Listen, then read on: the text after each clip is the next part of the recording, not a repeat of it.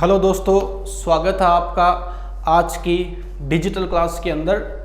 चर्चा हमारी चल रही थी सेल बायोलॉजी के अंदर प्रोकैरियोटिक सेल के अबाउट, प्रोकैरियोटिक सेल के बारे में। चलिए तो हम लोग शुरू करते हैं आज अपनी प्रोकैरियोटिक सेल। आज का अपना यहाँ पर जो टॉपिक रहेगा वो रहेगा प्रोकैरियोटिक सेल।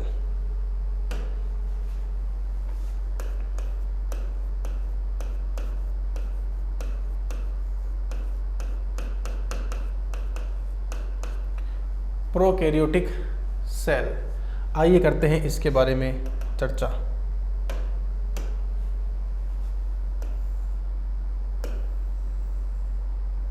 हाँ जी, तो देखिए प्रोकैरियोटिक सेल जो है, इस प्रोकैरियोटिक सेल का डायग्राम अपन यहां बनाते हैं। सबसे पहले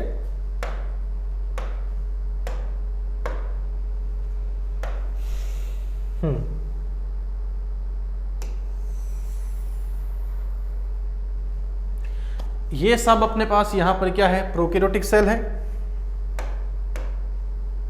थोड़ा सा अपन इसको ग्रीन ले लेते हैं।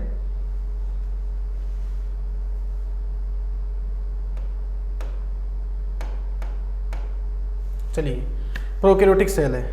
प्रोकैरियोटिक सेल में सबसे पहले बात अपन यहां पे करते हैं इसकी। ये यहाँ पे है प्रोकैरियोटिक कोशिका में सबसे बाहर जो आप देख रहे हो, इसे कहा जाता है ग्लाइकोकैलिक्स। ये कौन है? ये है ग्लाइकोकैलिक्स।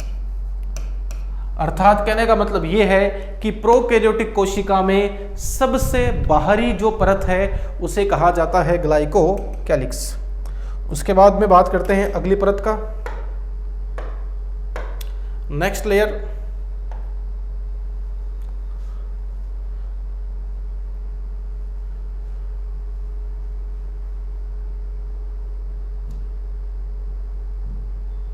हाँ जी, अगली यहाँ पर जो परत है उसे हम लोग बोलते हैं इस तरीके से कोशिका भित्ति, बोले तो सेल वॉल।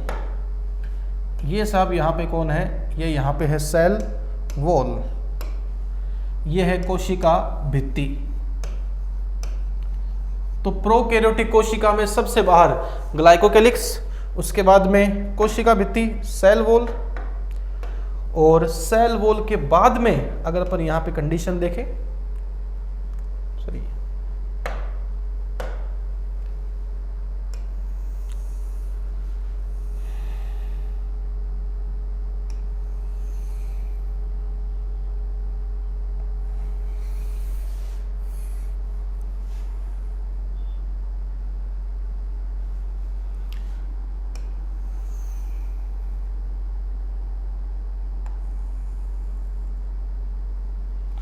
तो साहब कोशिका भित्ति के बाद में यहाँ पे आती है इस तरीके से कोशिका झिल्ली। ये यहाँ पे कौन है? कोशिका झिल्ली है, सेल मेम्ब्रेन है। दिस इज सेल मेम्ब्रेन, कोशिका झिल्ली, सेल मेम्ब्रेन, कोशिका झिल्ली है ये। ठीक है, तो प्रोकैरियोटिक कोशिका जो है, इस प्रोकैरियोटिक कोशिका में 3 परतें पाई जाती है। कोशिका के अंदर 3 परतें पाई जाती है। ग्लाइकोकैलिक्स सबसे बाहरी परत है, उसके बाद में यहाँ पे पाई जाती है आपके, आप यहाँ कह सकते हो कोशिका भित्ति, कोशिका झिल्ली। ये 3 परतें पाई जाती है, और ये तीनों परतें जो हुआ करती है, ये जो यहाँ पे तीनों परतें हुआ करती है, इन तीनों परतों को हम लोग एक साथ बोलते हैं कोशिका आवरण। ये सब यहां पे कहलाती है सेल एनवेलप। सेल एनवेलप बोले तो इसे बोलते हैं कोशिका आवरण, कोशिका आवरण। तो अपन कह सकते हैं कि साहब प्रोकैरियोटिक कोशिका जो होती है, उस प्रोकैरियोटिक कोशिका में चारों तरफ 3 परतें पाई जाती है, ग्लाइकोकैलिक्स, सेल वॉल और सेल मेम्ब्रेन, इन तीनों परतों को हम एक साथ बोलते हैं कोशिका आवरण, इनको बोलते हैं हम लोग एक साथ सेल एनवलप। समझ रहे बात को। अब इसके बाद में प्रोकैरियोटिक कोशिका में क्या होगा, आइए बात करते हैं। साहब प्रोकैरियोटिक कोशिका में ये जो आप यहां पर देख रहे हो इस प्रकार से,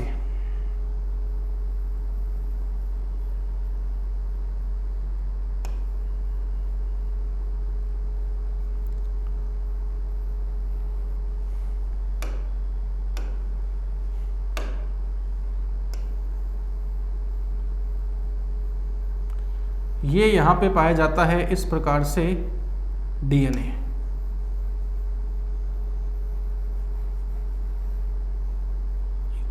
ये यहां पे देख रहे हो आप प्रोकैरियोटिक कोशिका के अंदर डीएनए।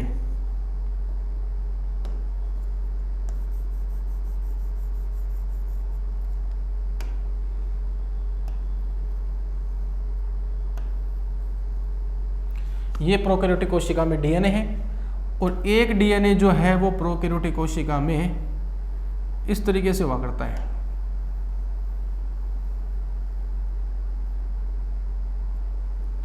तो प्रोकैरियोटिक कोशिका में डीएनए कितने हो गए, 2।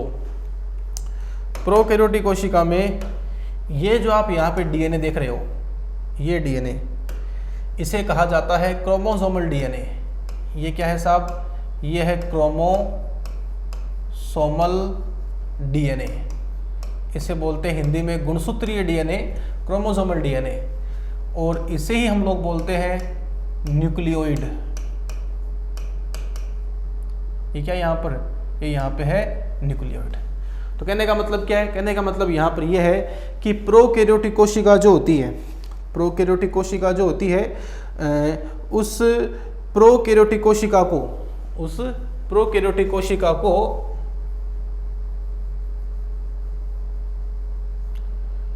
न्यूक्लियोइड, ये क्या हो रहा है यहाँ पर,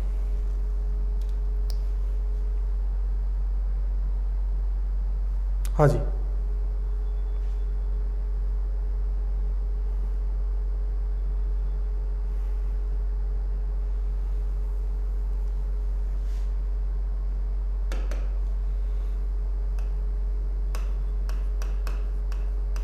ये सब यहाँ पे क्या है, न्यूक्लियोइड है, क्रोमोसोमल डीएनए। एक बात यहाँ पे मैं आपका ध्यान चाहूँगा कि मैंने कहा था कि साहब प्रोकैरियोटिक कोशिका जो होती है, उस प्रोकैरियोटिक कोशिका के अंदर केंद्रक जो है वो कम विकसित होता है, जिसको आपने कहा था nucleoid, genophore, prochromosome, incipient nucleus, etcetera etcetera. तो वो जो प्रोकैरियोटिक कोशिका में कम विकसित केंद्रक होता है, वो कम विकसित केंद्रक आपका यही है।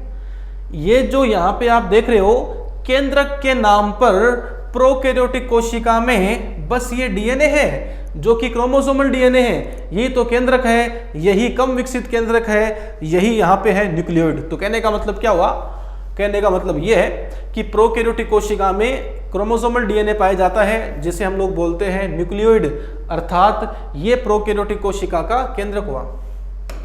इसके अलावा यहाँ पर ये जो आप एक और देख रहे हो डीएनए, ये इसके अलावा एक्स्ट्रा में होता है, इसे कहा जाता है एक्स्ट्रा क्रोमोसोमल डीएनए। ये यहाँ पर एक्स्ट्रा क्रोमोसोमल डीएनए है तथा इसे कहा जाता है मेसोसोम,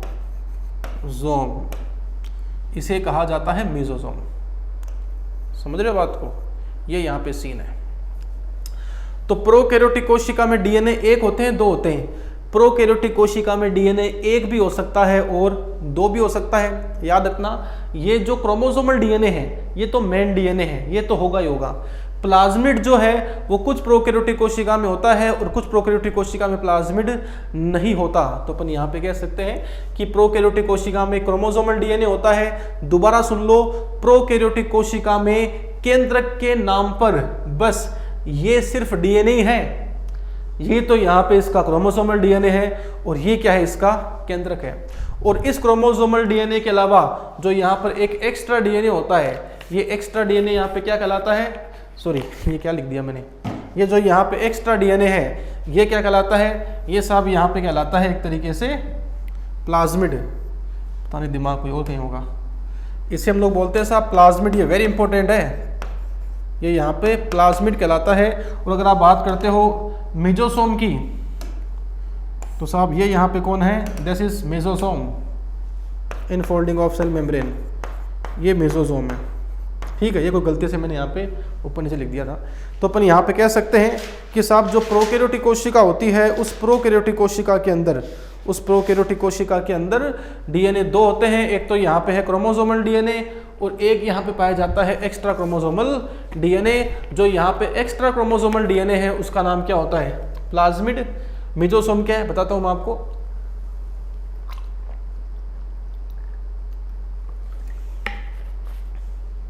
हाँ जी, अब देखिए, कुछ नहीं, बड़ी सिंपल सी बात है, वेरी इजी।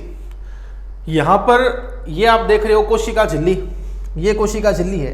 एक्चुअली क्या होता है, कोशिका झिल्ली के अंदर श्वसनीय एंजाइम पाए जाते हैं। कोशिका झिल्ली का काम क्या हो गया, श्वसन करना हो गया। यहाँ पे श्वसनीय एंजाइम पाए जाते हैं। कोशिका झिल्ली जो है उसमें अंदर की तरफ ऐसे उभार बनते हैं, और कोशिका झिल्ली में अंदर की तरफ ये जो उभार बना है, इस उभार को हम लोग क्या बोलते हैं, मेसोसोम बोलते हैं। तो कहने का मतलब ये है कि मेसोसोम क्या है, कोशिका झिल्ली का उभार है जो कि अंदर की तरफ बनता है। इसकी हम डिटेल से बात करेंगे। It is responsible for respiration, it is responsible for cell division, DNA transfer, DNA replication, secretion, cell wall formation, ये सब इसके काम है जो मैं आपको अच्छे से समझाऊंगा। ठीक है, फिलहाल आप आराम से देखिए प्लीज, देखो बड़े शानदार तरीके से। प्रोकैरियोटिक कोशिका में सबसे बाहर ग्लाइकोकैलिक्स, उसके बाद कोशिका भित्ति, उसके बाद कोशिका झिल्ली। कोशिका झिल्ली में अंदर की तरफ बन गया अंतर्वलन, अंदर की तरफ बन गया उभार, इस उभार का नाम क्या है, मेसोसोम। प्रोकैरियोटिक कोशिका में दो डीएनए, एक तो क्रोमोसोमल डीएनए जो कि इसका कम विकसित केंद्रक न्यूक्लियोइड है, और दूसरा यहाँ पर कौन है, प्लाज्मिड, जो कि एक्स्ट्रा क्रोमोसोमल डीएनए है। आगे देखिए, अब साहब इसके बाद में ये जो आप देख रहे हो यूं, इन्हें हम लोग बोलते हैं इस तरीके से आरएनए। ये साहब यहाँ पे कौन है, ये यहाँ पे है आरएनए। तो प्रोकैरियोटिक कोशिका में डीएनए हो गए, डीएनए एक या दो होते हैं, आरएनए बहुत सारे होते हैं। और इसके बाद में ये जो आप यहाँ पर देख रहे हो, ये है राइबोसोम। ये साहब यहाँ पे कौन है, ये यहाँ पे है राइबोसोम।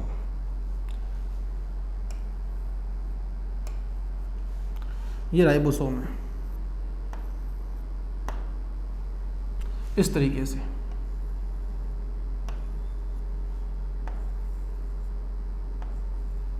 ये राइबोसोम है।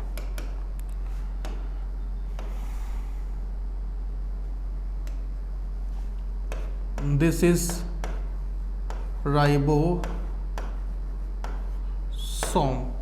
ये कौन है साहब, राइबोसोम है।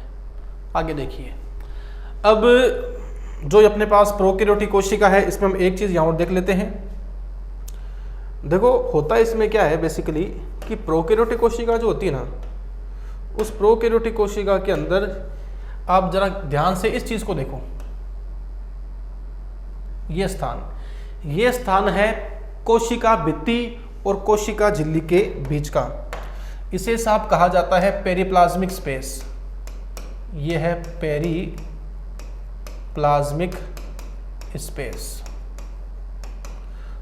यूकैरियोटिक कोशिका जो होती है, यूकैरियोटिक कोशिका में पाचक एंजाइम लाइसोसोम में होते हैं, लेकिन यहां पर जो पाचक एंजाइम है, यहां पर जो पाचक एंजाइम है, वो पाचक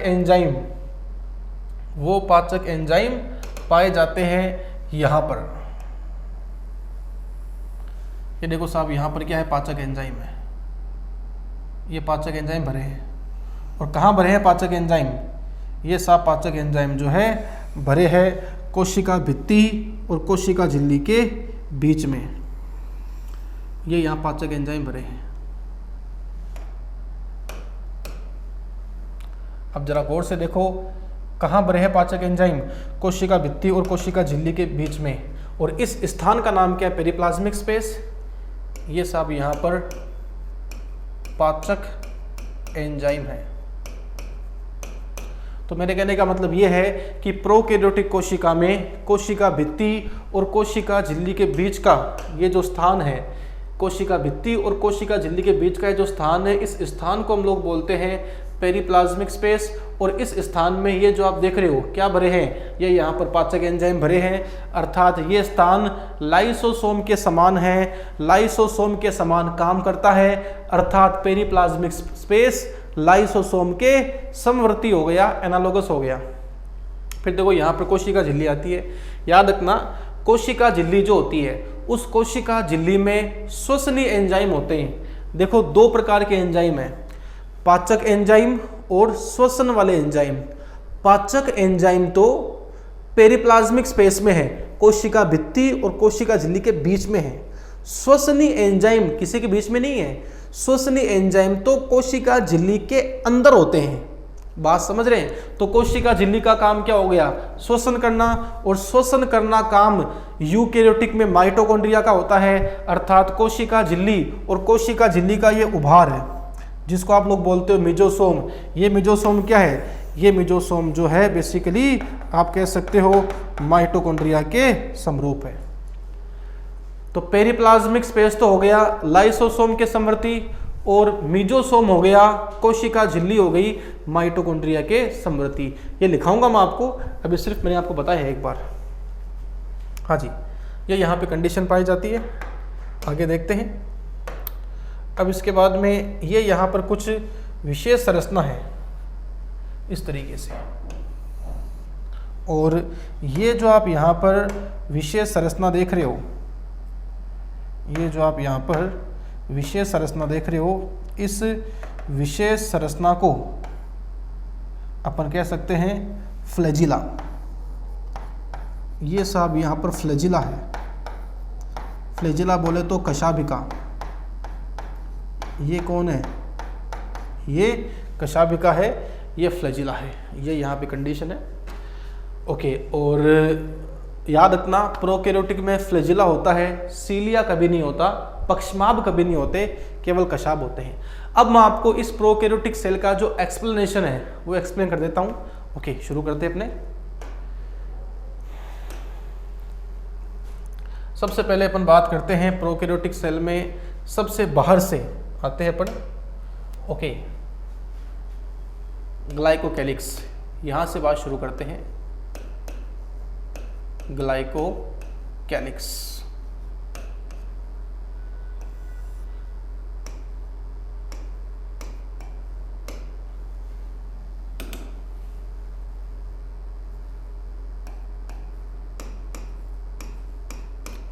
ग्लाइकोकैलिक्स, इसकी अपन बात यहाँ पे शुरू करेंगे। चलिए देखो साहब, ग्लाइकोकैलिक्स यहाँ पर जो है, उस ग्लाइकोकैलिक्स में अपन बात शुरू करते हैं अपनी। चलिए याद रखना, ग्लाइकोकैलिक्स क्या है बताओ, सबसे बाहरी बीच का या सबसे अंदर वाला आवरण, सबसे बाहर वाला है। तो मैं कह सकता हूं कि साहब जो ग्लाइकोकैलिक्स है, ये ग्लाइकोकैलिक्स है आउटर मोस्ट, ये है आउटर मोस्ट लेयर, अर्थात ग्लाइकोकैलिक्स जो है वो सबसे बाहरी परत है। मेरे ख्याल से आप ऐसे समझ जाओगे, पूरा लिखवाने की आवश्यकता नहीं है कि ग्लाइकोकैलिक्स आउटर मोस्ट लेयर है। ठीक है, ग्लाइकोकैलिक्स क्या होती है, आउटर मोस्ट लेयर है, सबसे बाहरी परत है। याद रखना, ये होती है निर्जीव परत, ये डेड लेयर है, ये यहाँ पे डेड लेयर है, ये यहाँ पे निर्जीव परत है। दूसरी बात, ये जो यहाँ पे ग्लाइकोकैलिक्स है, इसका निर्माण किससे होता है, तो याद रखना, ये जो यहाँ पे ग्लाइकोकैलिक्स है, ये बनता है कार्बोहाइड्रेट से, ये बनता है म्यूसिलेज से। ये म्यूसिलेज द्वारा निर्मित होता है। It is made up of mucilage, और क्या है म्यूसिलेज, एक प्रकार का कार्बोहाइड्रेट है। अब याद रखना, ये जो ग्लाइकोकैलिक्स है साहब, ये दो प्रकार का होता है। ग्लाइकोकेलिक्स दो प्रकार का होता है। पहला जो प्रकार है उसे हम लोग बोलते हैं कैप्सूल। पहला कौन है? कैप्सूल। अगर इफ ग्लाइकोकेलिक्स जो है वो मोटा है, अगर यह है ग्लाइकोकेलिक्स मोटा है, दृढ़ है, कठोर है, तो उसे हम लोग बोलते हैं कैप्सूल। नंबर 2 यहां पे आता है स्लिम लेयर। Slim layer. अगर जो ग्लाइकोकेलिक्स है, अगर जो ग्लाइकोकेलिक्स है यह पतला है और कोमल है, तब उसे हम लोग क्या बोलते हैं? कैप्सूल। इसको आप ऐसे समझ लो,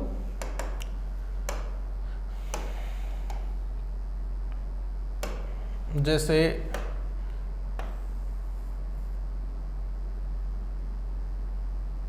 ये सब यहां पे है कैप्सूल, मोटा है, कठोर है, ठीक है। और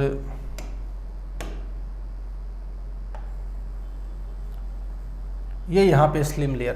तो अगर ये है ग्लाइकोकेलिक्स की जो परत है वो परत मोटी है, कठोर है, ठोस है, तब वो कौन सी है? कैप्सूल।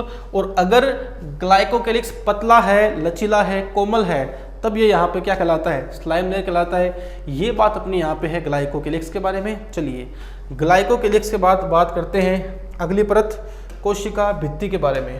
तो बात अपन यहाँ पे करेंगे अबाउट सेल वॉल।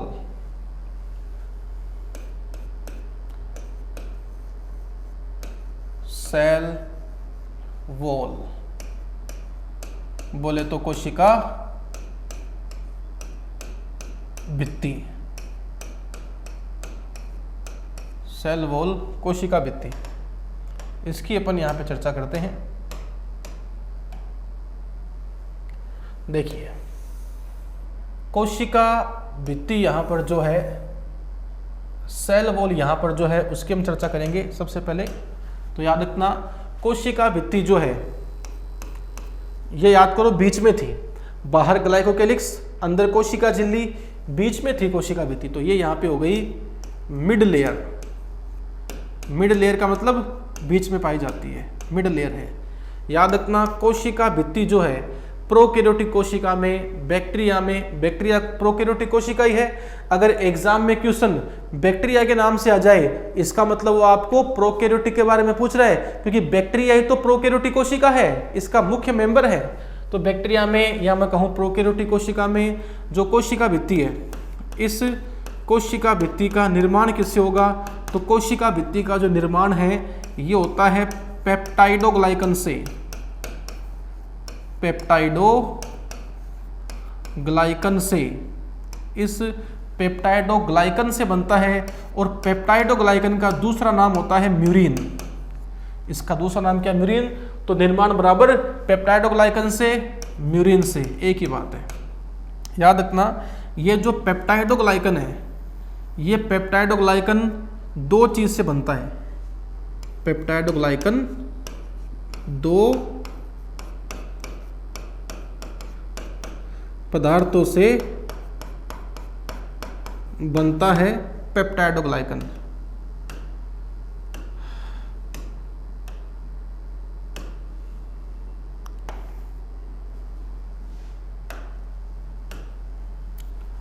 पहला जो पदार्थ है वो यहां पे हुआ करता है पेप्टाइड। क्या नाम है? पेप्टाइड। और जो यहाँ पे दूसरा पदार्थ है उसकी बात अपन यहाँ पे करें तो साहब दूसरा पदार्थ यहाँ पे है ग्लाइकन। कौन है? ग्लाइकन। अर्थात पेप्टाइड और ग्लाइकन दो पदार्थों से बनता है, पेप्टाइड और ग्लाइकन। पेप्टाइड का मतलब हुआ करता है प्रोटीन। पेप्टाइड का मतलब क्या है? प्रोटीन। ग्लाइकन जो है, ये ग्लाइकन का मतलब होता है कार्बोहाइड्रेट। ग्लाइकन का मतलब होता है कार्बोहाइड्रेट। ठीक है। अब याद रखना ग्लाइकन जो है, इस ग्लाइकन की बात करें तो साहब ग्लाइकन जो है, ये ग्लाइकन भी दो पदार्थों से बनता है। ग्लाइकन भी दो पदार्थों से बनता है। ये दो पदार्थ यहाँ पे कौन से हैं? नंबर 1 है NaG और नंबर 2 यहाँ पे है NaM। ये दो पदार्थ होते हैं इस ग्लाइकन के अंदर। NaG का मतलब होता है N-एसिटाइल ग्लूकोसामाइन।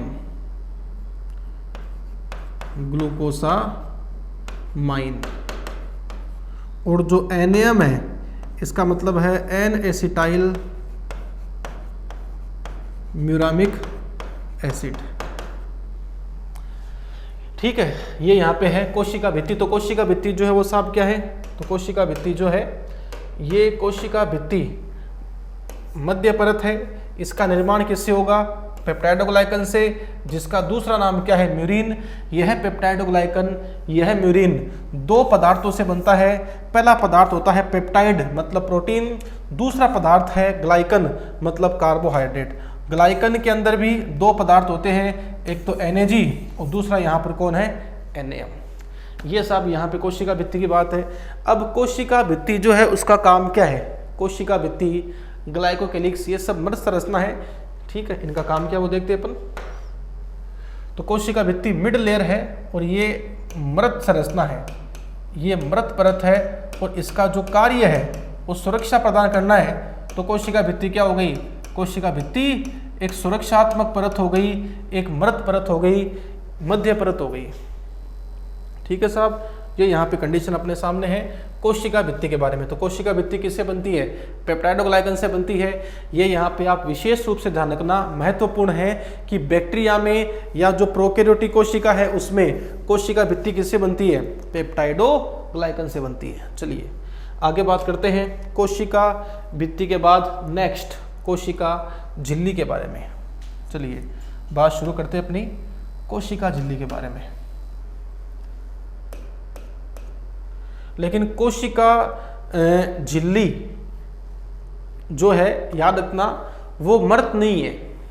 वो कैसी होती है? जीवित होती है। तो हम यहाँ पे कह सकते हैं, चलो बात शुरू करते हैं। सबसे पहले सेल मेम्ब्रेन। सेल मेम्ब्रेन बोले तो कोशिका झिल्ली, सेल मेम्ब्रेन, कोशिका झिल्ली। आइए करते हैं इसके बारे में चर्चा।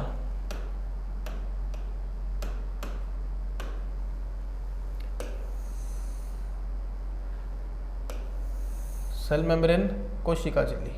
हाँ जी, तो साहब कोशिका झिल्ली यहाँ पर क्या है, सेल मेम्ब्रेन यहाँ पर क्या है, आइए करते हैं इसके बारे में चर्चा। सेल मेम्ब्रेन देखिए साहब, कोशिका झिल्ली जो है, याद रखना, ये सबसे अंदर वाली परत है।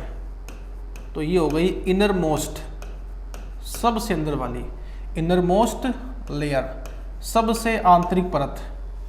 याद रखना ये होती है जीवित परत, लिविंग लेयर, ये जीवित है। इसके अलावा लचीली भी है परत। तो कोशिका झिल्ली क्या है? सबसे आंतरिक परत है, जो कि जीवित है, जो कि फ्लेक्सिबल है, जो कि लचीली है। याद रखना साहब, कोशिका झिल्ली जो है, इस कोशिका झिल्ली का निर्माण किससे होगा? तो कोशिका झिल्ली का निर्माण जो है वो होता है, पर उससे पहले एक बात बताऊंगा मैं आपको।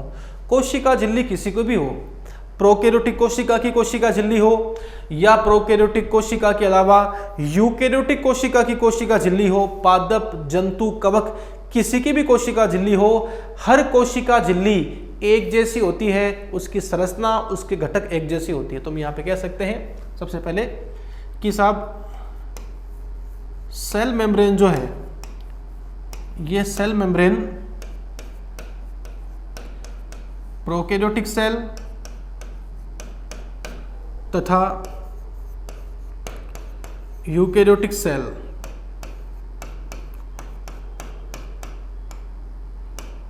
दोनों की ही दोनों की ही एक समान होती है, एक समान होती है। कहने का मतलब क्या है कि कोशिका झिल्ली जो है, यह कोशिका झिल्ली चाहे तो प्रोकैरियोटिक कोशिका हो चाहे यूकैरियोटिक कोशिका हो, दोनों में एक जैसी हुआ करती है। ठीक है, ये सबसे अंदर होती है। पहले पॉइंट तो क्या हो गया, सबसे अंदर है, जीवित है, लचीली है, और कोशिका झिल्ली चाहे तो प्रोकैरियोटिक कोशिका हो चाहे यूकैरियोटिक कोशिका हो, दोनों में एक समान होती है। अब आगे बात करते हैं अपन। हाँ जी, तो हम यहाँ पर ये कर रहे हैं कि साहब प्रोकैरियोटिक सेल में जो कोशिका झिल्ली है या कोई भी कोशिका झिल्ली हो, उस कोशिका झिल्ली का निर्माण सेल मेम्ब्रेन जो है, इस सेल मेम्ब्रेन का निर्माण, कोशिका झिल्ली का निर्माण जो है ये 3 घटकों से होता है। कोशिका झिल्ली का निर्माण 3 घटकों से होता है। यहाँ पहला घटक जो है वो कहलाता है लिपिड, दूसरा घटक कहलाता है प्रोटीन, और कोशिका झिल्ली का तीसरा घटक जो है वो कहलाता है कार्बोहाइड्रेट।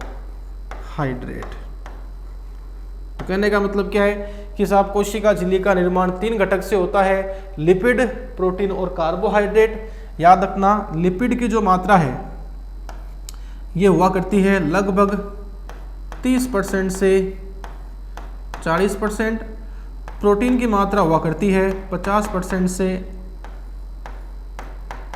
60%, कार्बोहाइड्रेट की मात्रा होती है 1% से 10%। तो साहब इस प्रकार से कोशिका झिल्ली का निर्माण होता है। तो आपको पता है कि कोशिका झिल्ली मुख्यतः किससे बनी है, लिपिड से और प्रोटीन से। इन्हें एक साथ बोलते हैं लिपोप्रोटीन। हाँ जी, क्या बोलते हैं इसको, एक साथ लिपोप्रोटीन इसको कहा जाता है एक साथ। तो अपन कह सकते हैं कि कोशिका झिल्ली का निर्माण 3 घटकों से होता है, लिपिड, इसके अलावा प्रोटीन और इसके अलावा कार्बोहाइड्रेट। लिपिड और प्रोटीन जो है उसे हम लोग क्या बोलते हैं, लिपोप्रोटीन, जो कि इसका मुख्य घटक है। तो अपन कह सकते हैं कि कोशिका झिल्ली जो है वो कोशिका झिल्ली मुख्यतः किससे बनती है, लिपिड्स और प्रोटीन से बनती है। हालांकि इसके अलावा इसके अंदर क्या होते हैं, कार्बोहाइड्रेट भी हुआ करते हैं। ये यहाँ पे कंडीशन है कोशिका झिल्ली के बारे में। चलिए आगे बात करते हैं।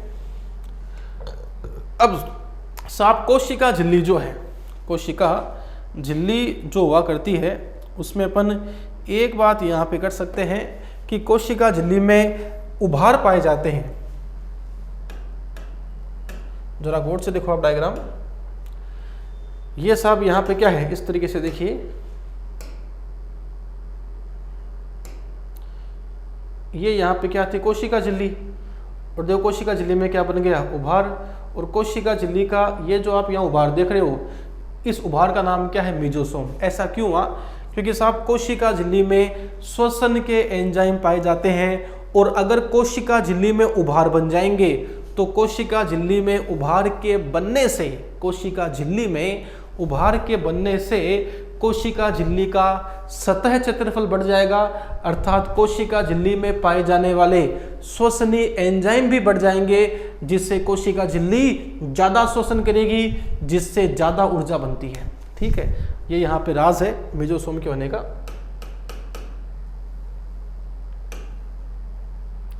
चलिए तो बात अपन अपनी यहाँ पे करते हैं कि साहब सेल मेम्ब्रेन जो है, कोशिका झिल्ली जो है, इस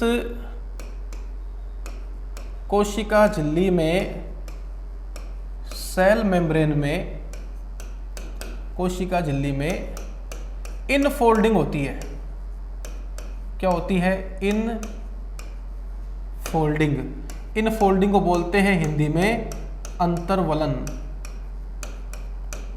कोशिका झिल्ली में अंतर्वलन, इनफोल्डिंग पाया जाता है, इनफोल्डिंग पाई जाती है, पाई जाती है, जिसे हम लोग क्या बोलते हैं, जिसे हम लोग मेसोसोम कहते हैं, जिसे मेसोसोम कहा जाता है। तो साहब कोशिका झिल्ली में क्या पाया जाता है, अंतर्वलन, और कोशिका झिल्ली में जो अंतर्वलन पाया जाता है इसे हम लोग मेसोसोम कहते हैं।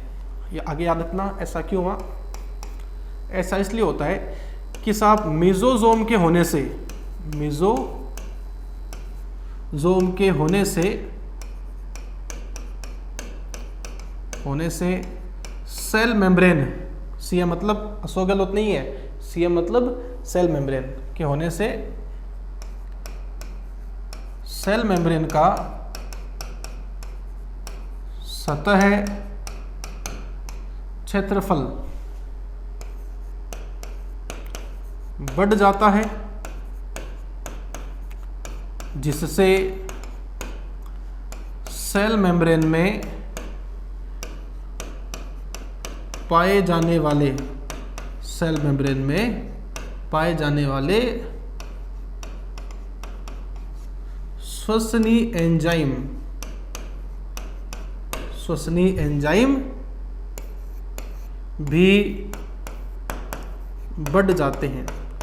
तो साहब क्यों पाया जाता है मेसोसोम, मेसोसोम इसलिए पाया जाता है ताकि कोशिका झिल्ली की सरफेस एरिया बढ़ जाए, और कोशिका झिल्ली का सरफेस एरिया अगर बढ़ जाए, कोशिका झिल्ली का सतह क्षेत्रफल बढ़ जाए, तो उससे श्वसनीय एंजाइम बढ़ जाएंगे, उससे श्वसन ज़्यादा होगा, अर्थात ऊर्जा भी ज़्यादा बनेगी। तो यहाँ पे हम कह सकते हैं कि कोशिका झिल्ली जो है, कोशिका झिल्ली यहाँ पर जो है, इस कोशिका झिल्ली में क्या पाया जाता है, उभार, अंतर्वलन, और कोशिका झिल्ली का ये जो यहाँ पे अंतर्वलन है इसे हम लोग क्या बोलते हैं, मेसोसोम बोलते हैं। मेसोसोम बोलते हैं, क्यों बोलते हैं, ताकि कोशिका झिल्ली का सरफेस एरिया बढ़ जाए और श्वसनीय एंजाइम बढ़ जाए। तो हम यहाँ पे कह सकते हैं कि कोशिका झिल्ली में कौन से एंजाइम पाए जाते हैं, ये महत्वपूर्ण है, कोशिका झिल्ली के अंदर पाए जाते हैं श्वसनीय एंजाइम, इसमें रेस्पिरेटरी एंजाइम्स होते हैं। आगे देखिए, हाँ जी, आगे बात अपन यहाँ पे कर सकते हैं। ये मेरे ख्याल से बात समझ गए आप। कोशिका झिल्ली में क्या है, उभार, उभार का नाम क्या है, मेसोसोम, और इसमें क्या पाए जाते हैं, श्वसनीय एंजाइम पाए जाते हैं। याद रखना, जो मेसोसोम है, इस मेसोसोम का कार्य क्या है, तो बात करते हैं मेसोसोम का कार्य। साहब मेसोसोम जो होता है, यह मेसोसोम वायवीय श्वसन करके, यह मेसोसोम वायवीय श्वसन करके, वायवीय श्वसन द्वारा ऊर्जा का निर्माण करता है, ऊर्जा का निर्माण करता है। तो साहब ये काम किसका है, ये काम मेसोसोम का है। और यूकेरियोटिक कोशिका में ये किसके समान हो गया, माइटोकॉन्ड्रिया के समान, अर्थात यह यूकेरियोटिक, अर्थात यह यूकेरियोटिक कोशिका के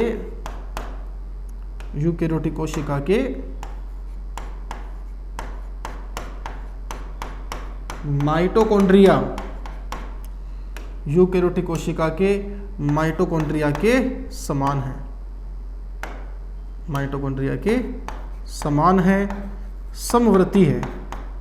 समवर्ती को क्या बोलते हैं अंग्रेजी में, एनालोगस।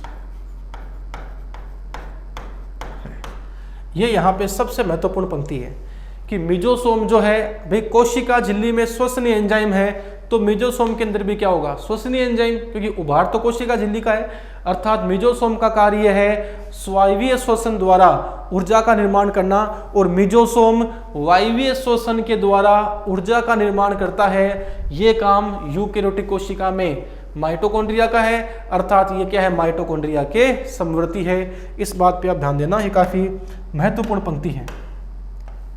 क्या हो गया, माइटोकॉन्ड्रिया के समवर्ती है, एनालोगस है। कौन, मेसोसोम। आगे बात करते हैं साहब, मेसोसोम जो है, इस मेसोसोम की संरचना 3 प्रकार से हो सकती है। मेरे कहने का मतलब यहाँ पर यह है कि मेसोसोम 3 प्रकार का संभव है। ये बाकायदा लाइन एनसीईआरटी की है, ध्यान रखना। मेसोसोम की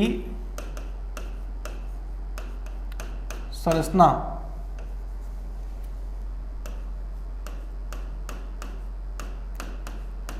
तीन प्रकार की होती है। तीन प्रकार की होती है। पहली यहां पे संरचना होती है ट्यूबुलर, दूसरी यहां पे हुआ करता है लैमिलर, और तीसरी जो यहां पे है वो यहां पे होती है, जैसे ट्यूबुलर का मतलब क्या है, नलिका के समान, ठीक है। तो ट्यूबुलर कह सकते हो। इसके अलावा आप यहाँ पे इसकी जो संरचना है उसे कह सकते हो लैमिलर, या आप इसे कह सकते हो वेसिकुलर। वेसिकुलर हिंदी की बात करें तो मेसोसोम जो है वो नलिकीय प्रकार का हो सकता है, यह जो है वो पट्टिकीय प्रकार का हो सकता है, यह जो है वो आप कह सकते हो इसको लेमिनर मतलब पट्टिकीय, वेसिकुलर मतलब पुट्टिकीय। ये पुट्टिकीय रूप से भी हो सकता है, ठीक है। इसे पट्टिकीय या पटलीकीय बोलते हैं। ट्यूबुलर कौन सा होगा, ये वाला होगा, इस तरीके से देखो, ये होता है नलिकीय, ये होता है पट्टिकीय राइबोसोम, और ये यहाँ पे हुआ करता है हमारा पुट्टिकीय फॉलिकुलर या वेसिकुलर मेसोसोम। तो कहने का मतलब क्या है कि साहब मेसोसोम जो है इसकी संरचना तीन प्रकार की हो सकती है, ट्यूबुलर, लैमिलर और वेसिकुलर, ठीक है। ये यहाँ पे बात हो गई। अब लास्ट अपन बात करते हैं इस मेसोसोम की कि मेसोसोम का काम क्या है, इसके सारे काम क्या है, टोटल फंक्शंस। तो देखो बेसिकली मेसोसोम का एक ही काम है, वायवीय शोषण करना, बाकी की बातें इसी से निकल के आती है। देखिए आप, हाँ जी, तो बात अपन करते हैं फंक्शंस ऑफ मेसोसोम, अर्थात जो यहाँ पे मेसोसोम है, इस मेसोसोम के काम क्या है। तो साहब मेसोसोम का जो पहला काम है वो क्या हो गया, वायवीय शोषण करना। शोषण करना, लेकिन पूरा बोलो, शोषण भी कौन सा, वायवीय है। कुछ लोग इतना ही बोलते हैं मेसोसोम शोषण करता है, वो अधूरी बात है। मेसोसोम वायवीय शोषण करता है। तो आप मुझे बताओ वायवीय शोषण करने से क्या होता है, ऊर्जा बनती है। तो मैं कह सकता हूं इसका अगला काम क्या हो गया, ऊर्जा का उत्पादन करना। अगला काम क्या है साहब, ऊर्जा का उत्पादन करना। अब तीसरा, चौथा और पांचवा काम क्या है वो भी देख लो। आपको इतना पता है कि मेसोसोम में वायवीय शोषण के एंजाइम है, तो मेसोसोम का काम क्या हो गया, वायवीय शोषण करना। उससे क्या बनेगी, ऊर्जा। देखो ऊर्जा से क्या होगा, जैसे ये साहब यहाँ पर एक कोशिका है और ये डीएनए है। सबसे पहले क्या होता है, एक डीएनए जो होता है उससे बन जाता है दो डीएनए, इसको बोलते हैं डीएनए की प्रतिकृति। फिर ये जो डीएनए है वो यहाँ से हटकर यहाँ आ जाता है, इसे बोलते हैं डीएनए का स्थानांतरण। बात समझ रहे हो। तो पहले क्या हुआ, डीएनए की प्रतिकृति, फिर डीएनए का क्या हो गया, फिर डीएनए का हो गया स्थानांतरण। बात समझ रहे हो क्या। अब क्या होगा, एक कोशिका से बन जाती है दो कोशिका, इसको बोलते हैं कोशिका विभाजन। तो मेरे कहने का मतलब यहाँ पे क्या है, सबसे पहले आपके पास में क्या था, सबसे पहले आपके पास में ये कोशिका में डीएनए था, ठीक है। फिर जो यहाँ पे डीएनए है, एक से बन गए दो डीएनए, तो डीएनए से डीएनए का बनना, इसको बोलते हैं डीएनए की प्रतिकृति। इसके लिए ऊर्जा चाहिए होती है, ऊर्जा मेसोसोम से आती है। फिर क्या होगा, ये जो यहाँ पे डीएनए है, ये डीएनए यहाँ से हटकर कहाँ पे आ गया, यहाँ पे आ गया, इसको बोलते हैं डीएनए का स्थानांतरण। इसके लिए भी ऊर्जा चाहिए, ऊर्जा मेसोसोम से आती है। और बाद में क्या होगा, बाद में एक कोशिका से बन जाती है दो कोशिका, इसको बोलते हैं कोशिका विभाजन। और ये ऊर्जा भी कहाँ से आती है, मेसोसोम से आती है। तो मैं कह सकता हूँ कि मेसोसोम से जो ऊर्जा बनती है, उस ऊर्जा के द्वारा क्या होगा, सबसे पहले डीएनए की प्रतिकृति, एक से बन जाता है दो डीएनए। फिर क्या होता है, डीएनए का स्थानांतरण। और फिर क्या होगा, कोशिका विभाजन। इन सब के लिए मेजोसोम क्या होता है, एक तरीके से उसका बड़ा योगदान होता है, मेजोसोम आवश्यक होता है। चलिए आगे बात करते हैं। देखो डायग्राम देखो एक बार आप साहब, ये जो आप यहाँ पे डायग्राम देख रहे हो, जरा गौर से देखना इस डायग्राम को। इस डायग्राम में ये आप यहाँ पर देख रहे हो मेजोसोम, ठीक है, ये यहाँ पर मेजोसोम है। मेजोसोम क्या करता है, यह मेजोसोम बाहर की तरफ स्त्रावण करता है पदार्थों का, और मेजोसोम बाहर की तरफ पदार्थ छोड़ता है और उन पदार्थों से पूरी की पूरी कोशिका भित्ति बन जाया करती है। तो अपन यहाँ पे कह सकते हैं कि साहब जो मेजोसोम है उसका काम क्या है, मेजोसोम का काम यहाँ पे हो गया नंबर 6, पदार्थों का स्त्रावण करना, और बाद में उन पदार्थों से क्या होती है, कोशिका भित्ति बन जाया करती है। तो इसका अगला काम हो गया कोशिका भित्ति का निर्माण। अगला काम क्या है, कोशिका भित्ति का निर्माण करना, ये इसका अगला काम है। ये कंडीशन यहाँ पे देखने को मिलती है। डॉट ओके, तो कहने का मतलब मेरा यहाँ पर यह है कि मेजोसोम का काम क्या है, वायवीय शोषण करना, उससे क्या बनेगी ऊर्जा, ऊर्जा से क्या होता है डीएनए प्रतिकृति, फिर डीएनए का स्थानांतरण, फिर कोशिका विभाजन, और मेजोसोम से पदार्थों का स्त्रावण होता है जिससे कोशिका भित्ति भी बन जाया करती है। तो साहब ये यहाँ पे काम अपना हो गया कोशिका झिल्ली के बारे में, ये सेल मेम्ब्रेन यहाँ पे पूरी हुई। आगे चर्चा करते हैं। आगे बात अपन यहाँ पे अब करते हैं, जैसे आपको मैंने पढ़ाया था कि मेजोसोम क्या है, मेजोसोम यहाँ पे समवर्ती है, मेजोसोम एनालोगस है, किसके समवर्ती है, माइटोकॉन्ड्रिया के समवर्ती है। एक बात मैं यहाँ पे आपसे करना चाहूँगा, और वो बात यहाँ पे मैं आपसे कुछ इस तरीके से करूँगा कि कोशिका भित्ति हो गई, कोशिका झिल्ली हो गई। अब याद करो दोनों के बीच में जो खाली स्थान पाया जाता है उसकी बात अपन यहाँ पे करेंगे। सबसे पहले इसका नाम है periplasmic space, periplasmic space, periplasmic space, इसकी अपन यहाँ पे चर्चा करते हैं। हाँ जी, तो साहब क्या है पेरीप्लाज्मिक स्पेस, आइए देखते हैं इसके बारे में। पेरीप्लाज्मिक स्पेस क्या है, तो हम यहाँ पे कह सकते हैं पेरीप्लाज्मिक स्पेस जो है ये कोशिका भित्ति, ये सेल वॉल तथा सेल मेम्ब्रेन, कोशिका भित्ति तथा कोशिका झिल्ली जो है, सेल वॉल तथा सेल मेम्ब्रेन जो है, इन सेल वॉल तथा सेल मेम्ब्रेन के मध्य, सेल वॉल तथा सेल मेम्ब्रेन के मध्य पाया जाने वाला, कोशिका भित्ति तथा कोशिका झिल्ली के मध्य पाया जाने वाला जो स्पेस होता है, कोशिका भित्ति और कोशिका झिल्ली के बीच पाया जाने वाला जो स्पेस है, जो खाली स्थान है, उस स्पेस को हम लोग क्या बोलते हैं, पेरीप्लाज्मिक स्पेस बोलते हैं, पेरीप्लाज्मिक स्पेस बोलते हैं। और याद रखना इसके अंदर क्या होगा, इस पेरीप्लाज्मिक स्पेस में इसमें पाचक एंजाइम पाए जाते हैं, इसमें पाचक एंजाइम पाए जाते हैं। तो किसके समवर्ती हो गया, लाइसोसोम, अर्थात ये जो है वो आपके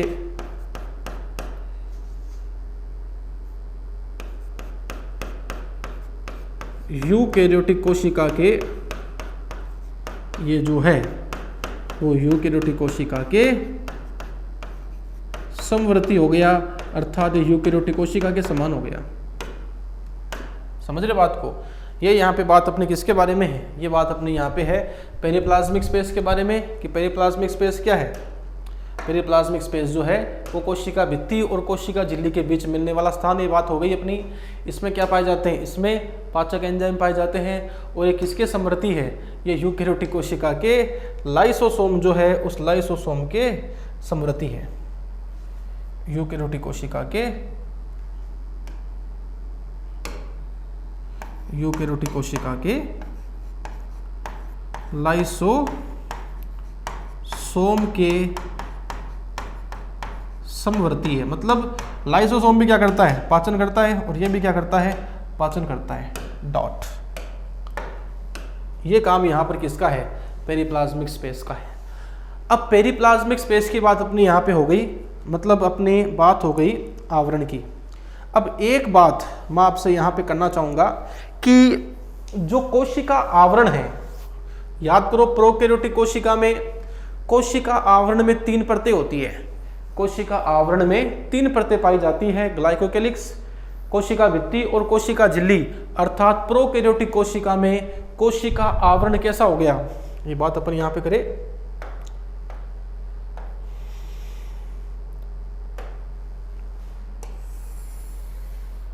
तो अपन यहाँ पे कह सकते हैं कि साहब प्रोकैरियोटिक कोशिका जो है, इसमें कोशिका आवरण जो है ये त्रिस्तरीय है। कोशिका आवरण क्या है, त्रिस्तरीय है। और इस कोशिका आवरण के आधार पर ही हम बैक्टीरिया को 2 भागों में बांट सकते हैं। तुम कह सकते हैं कि साहब कोशिका आवरण के आधार पर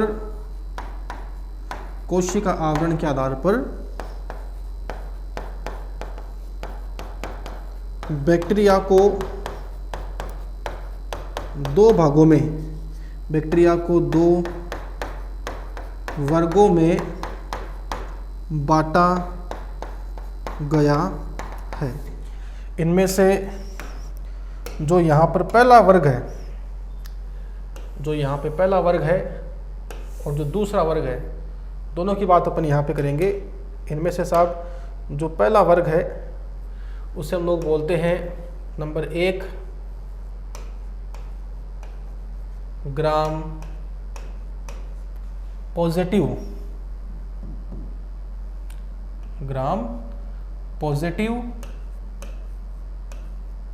बैक्टीरिया,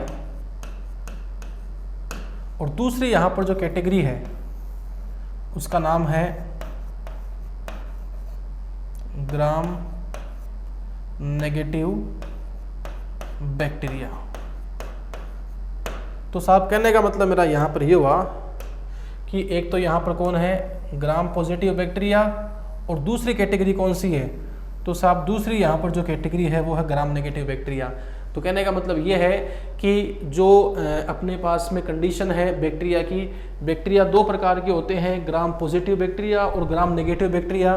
तो प्रश्न ऐसे बन सकता है, बहुत अच्छा क्वेश्चन है, कि जीवाणुओं को, बैक्टीरिया को 2 वर्गों में बांटा गया है, ग्राम पॉजिटिव और ग्राम नेगेटिव बैक्टीरिया। ये किस आधार पर बांटा गया है, तो साहब यहाँ पे बांटने का जो आधार है वो है कोशिका आवरण। अब देखो यहाँ पे क्या है, ग्राम पॉजिटिव ग्राम नेगेटिव, आइए करते हैं चर्चा इस बारे में। इसे कहा जाता है ग्राम अभिरंजन। क्या बोलते हैं इसको, ग्राम अभिरंजन। तो बात करते हैं कि क्या है ग्राम अभिरंजन। ग्राम एक वैज्ञानिक का नाम था। उसने क्या किया, उस वैज्ञानिक ने जो जीवाणु है उनको बांटा 2 भागों में, ग्राम पॉजिटिव ग्राम नेगेटिव। देखो उसने क्या किया, सबसे पहले उसने ये किया कि बैक्टीरिया लिया, और बैक्टीरिया जो है सबसे पहले इस बैक्टीरिया को डाल दिया था क्रिस्टल वॉयलेट में। इसे कहाँ डाल दिया, क्रिस्टल वॉयलेट में डाल दिया। बैक्टीरिया को क्रिस्टल वॉयलेट में डालने से बैक्टीरिया बैंगनी रंग का हो गया, या कह सकते हो नीले रंग का हो गया। इसे बोलते हैं पर्पल बैक्टीरिया। बैक्टीरिया बैंगनी हो गया किस में डालने पर, क्रिस्टल वॉयलेट में डालने पर। फिर क्रिस्टल वॉयलेट में डालने के बाद में ये जो बैक्टीरिया है इसको डाल देते हैं 0.5% आयोडीन सॉल्यूशन के अंदर। और 0.5% आयोडीन सॉल्यूशन में डालने पर क्या होता है कि साहब ये जो पर्पल बैक्टीरिया है वो अब भी पर्पल ही रहता है। ये यहाँ पे पर्पल बैक्टीरिया।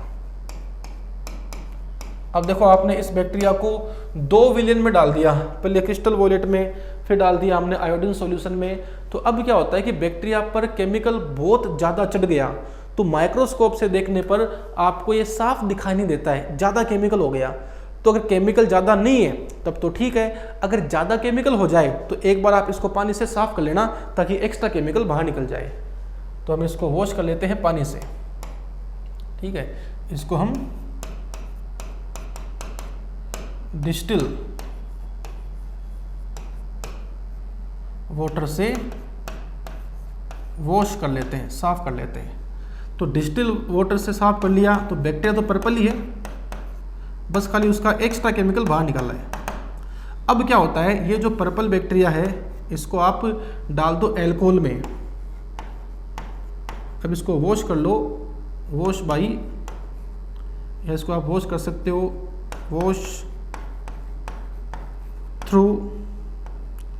अब आप इसको अल्कोहल से धो, या मैं कह सकता हूँ आप इसको अल्कोहल में डाल दो, या अगर अल्कोहल नहीं है तो आप इसको डाल दो किस में, एसीटोन में। कई बार लेबोरेटरी में अल्कोहल नहीं होता, पी जाते लोग बाग, तो फिर आप उसको एसीटोन में डाल दो। तो अगर आप इसको जो है वो डाल देते हो अल्कोहल में, तो अल्कोहल में डालने के बाद में क्या होता है, 2 कंडीशन आती है। अब यहाँ पे 2 कंडीशन आती है। 2 कंडीशन क्या आती है कि साहब यदि बैक्टीरिया पर्पल है, और दूसरी कंडीशन यहाँ पे आती है कि यदि बैक्टीरिया बैंगनी पर्पल नहीं रहा, तो बैक्टीरिया अगर पर्पल है तब उसे कहा जाता है ग्राम पॉजिटिव बैक्टीरिया। ये साहब यहाँ पे ग्राम पॉजिटिव बैक्टीरिया है, और अगर ये पर्पल नहीं है तब इसे कहा जाता है ग्राम नेगेटिव बैक्टीरिया। ये यहाँ पे कंडीशन आया करती है। तो एक तो है ग्राम पॉजिटिव बैक्टीरिया, और एक अपने पास में क्या है, ग्राम नेगेटिव बैक्टीरिया है। तो ग्राम पॉजिटिव और ग्राम नेगेटिव बैक्टीरिया यहाँ पे पाए जाते हैं। तो ग्राम पॉजिटिव और ग्राम नेगेटिव बैक्टीरिया को किस तरीके से आप अलग करते हो, ग्राम अभिरंजन के आधार पर हम उसको अलग करते हैं, ठीक है।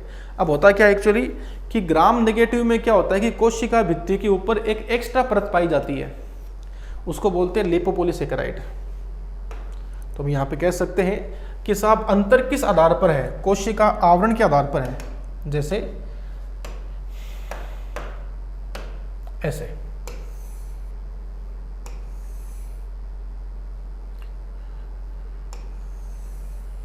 ये यहां पर एक बैक्टीरिया है, और ये बैक्टीरिया यहां पर दूसरा वाला है।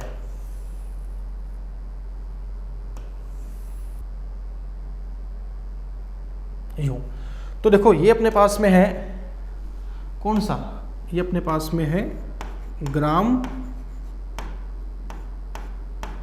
पॉजिटिव बैक्टीरिया, और ये साहब यहाँ पे क्या है, ग्राम नेगेटिव बैक्टीरिया है। तो ग्राम नेगेटिव बैक्टीरिया कौन सा होता है, ग्राम नेगेटिव बैक्टीरिया वो होता है जिसमें यूं ये एक एक्स्ट्रा परत पाई जाती है जिसको बोलते हैं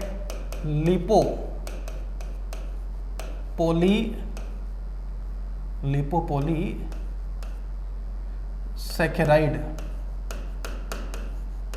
की परत, ठीक है भाई। देखो बाकी तो सेम ही है। ऊपर क्या होता है, ऊपर आप यहाँ पे कह सकते हो होता है यूं, ये है ग्लाइकोकैलिक्स, फिर कोशिका भित्ति। 1 मिनट रुको, अपन इसके डायरेक्शन गलत कर दिए, 1 मिनट रुको, सॉरी प्लीज़ जल्दीबाजी में गड़बड़ कर दी मामला। देखो इस तरीके से, ये क्या है, ग्लाइकोकैलिक्स, ठीक है साहब। उसके बाद में क्या आती है, कोशिका भित्ति, ये यहाँ पे कोशिका भित्ति, उसके बाद में कोशिका झिल्ली, कोई दिक्कत नहीं है। इसमें क्या होता है, कोशिका भित्ति के ऊपर एक एक्स्ट्रा परत पाई जाती है, और कोशिका भित्ति पर ये जो यहाँ पर एक्स्ट्रा परत पाई जाती है, इस परत का नाम क्या है, इसका नाम है लिपोपोलीसेकेराइड। तो आप ध्यान रखना कि जो ग्राम नेगेटिव बैक्टीरिया होगा, इस ग्राम नेगेटिव बैक्टीरिया में क्या होगा, तो साहब जो ग्राम नेगेटिव बैक्टीरिया होता है, इस ग्राम नेगेटिव बैक्टीरिया के अंदर एक एक्स्ट्रा परत पाई जाती है लिपोपोलीसेकेराइड की। कहाँ पाई जाती है, कोशिका भित्ति के ऊपर। तो ये बात मैं यहाँ लिख देता हूँ कि साहब ग्राम नेगेटिव बैक्टीरिया में सेल वॉल, कोशिका भित्ति के ऊपर एक एक्स्ट्रा परत लिपोपोलीसेकेराइड पाई जाती है। तो ये आवरण जो है वो ग्राम नेगेटिव में है, ये आवरण ग्राम पॉजिटिव में नहीं है। तो अपन यहाँ पे कह सकते हैं कि ग्राम पॉजिटिव और ग्राम नेगेटिव जो है वो बांटे गए हैं उनके आवरण के आधार पर। चलिए ये बात अपनी पूरी हुई आज कोशिका भित्ति के बारे में और ग्राम स्टेनिंग के बारे में। चलिए बाकी बात करते हैं नेक्स्ट टर्न पे। एक मेरी आपसे अपील स्पेशली है कि आप ध्यान से यहाँ पे वीडियो को देखें और आप उसको एनालिसिस करें। सिर्फ देखना मुद्दा नहीं है, उसको साथ साथ सीखना भी मुद्दा है। आपको यहाँ पे जो भी कंटेंट मैं दे रहा हूँ बहुत ही सिलेक्टेड कंटेंट है, शानदार कंटेंट है, लेकिन आपको उसका विश्लेषण करना है, उसका एनालिसिस करना है, उसको समझना है और साथ ही साथ उसको याद भी कर लेना है। ठीक है, चलिए बाकी बात करते हैं नेक्स्ट टर्न पे। Thank you.